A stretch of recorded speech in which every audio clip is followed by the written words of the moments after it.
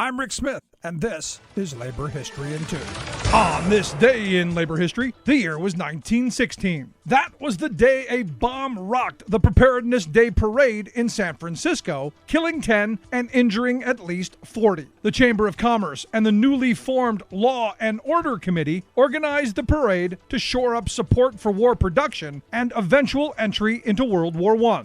But isolationist sentiment in San Francisco remained strong. Anti-war activists prepared pamphlets and protests for the march. Many trade unionists were opposed to entry into the war. Some considered the parade a response to the combative longshoreman strike raging on the docks for weeks. San Francisco had been a strong union town for years, known for strikes and labor disputes. 1916 was an election year, and already the city had been rocked by a number of strikes. Business interests launched an open shop campaign and began targeting labor radicals. They found their scapegoats in labor leaders Tom Mooney and Warren Billings, who were framed and convicted for the bombings. Journalist Carl Nolte points out that Mooney and his assistant had been trying to organize workers at the city's largest streetcar company, United Railroads. He notes their convictions were based on perjured testimony and doctored evidence. Incredibly, one of the prosecution's star witnesses wasn't even in town that day.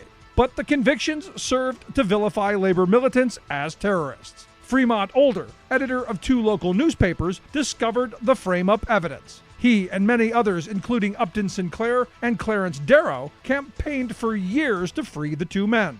They were finally released after 22 years in 1939. The actual bombers were never found, though some have speculated that anarchists of the Galleanist movement were likely responsible. Labor History in 2 brought to you by the Illinois Labor History Society and The Rick Smith Show.